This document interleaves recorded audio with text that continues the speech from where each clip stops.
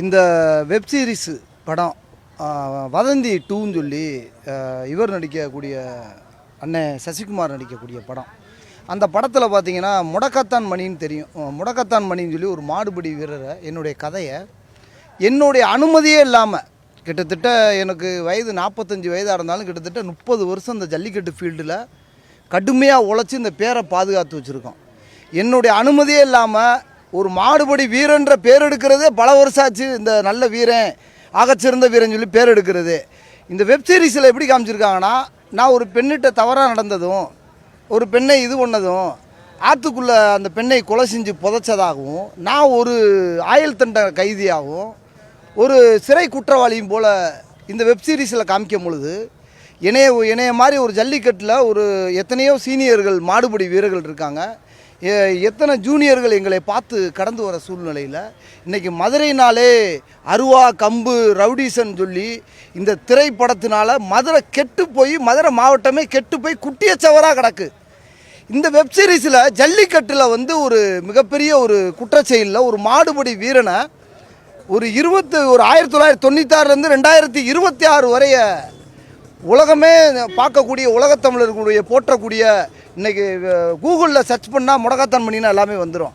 இன்றைக்கி அப்படி ஒரு நபரை ஒரு குற்றவாளின்னு சொல்லும் பொழுது இதை எங்களுடைய ஒட்டுமொத்த மாடுபடி வீரருடைய மன உளைச்சலாக இருக்குது. என்னுடைய மன உளைச்சலை இன்றைக்கி மாவட்ட ஆட்சியாளர்கிட்டையும் மதுரை உயர்நீதிமன்றத்திலையும் கிட்டத்தட்ட எத்தனையோ பேர் கொடுத்துருக்கேன். இந்த சமூக வலைதளத்தில் தெரியாத இதே கிடையாது.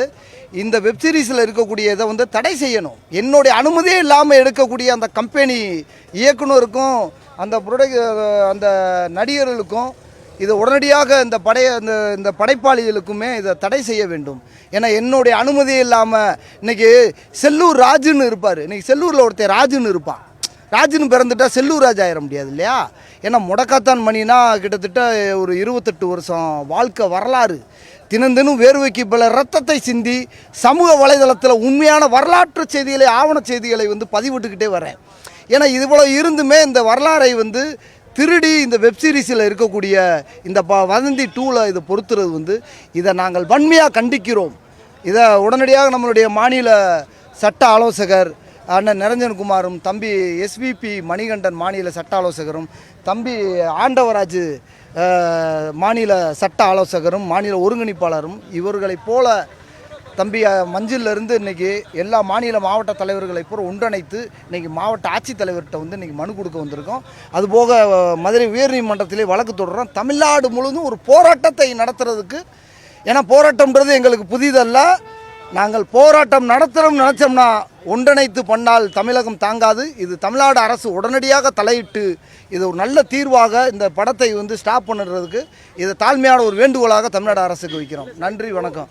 உங்க பேர் வச்சாங்க அப்படி சொல்லிட்டு எந்த அடிப்படையில் சொல்றீங்க? ஏன்னா இப்ப விஜய்னு எடுத்துக்கிட்டா விஜய்ல 1000 பேர் இருப்பாங்க, 1000 பேர் இருப்பாங்க. ஆமா, முடக்கத்தான் மணி என்னதான் சொல்றாங்க அப்படி சொல்லிட்டு எந்த அடிப்படையில்? முடக்கத்தான் மணின்றது கிட்டத்தட்ட எண்ணி சொல்ல முடியாத இந்த களப்போராட்டத்தில் நின்று முடக்கத்தான் மணின்னு சொல்லி ஏகப்பட்ட மாவட்ட ஆட்சித்தலைவர்கிட்டையும் ஏகப்பட்ட கலெக்டர்கிட்டையும் அலங்காநல்லூர், பாலமேடு, அவனியாபுரத்தில் அரசு நடத்தக்கூடிய ஜல்லிக்கட்டில் பேரையும் ஊரையும் இந்த களத்தில் மண்ணில் பதிச்ச வரலாறுக்கு சான்றிதழ் இருக்கு.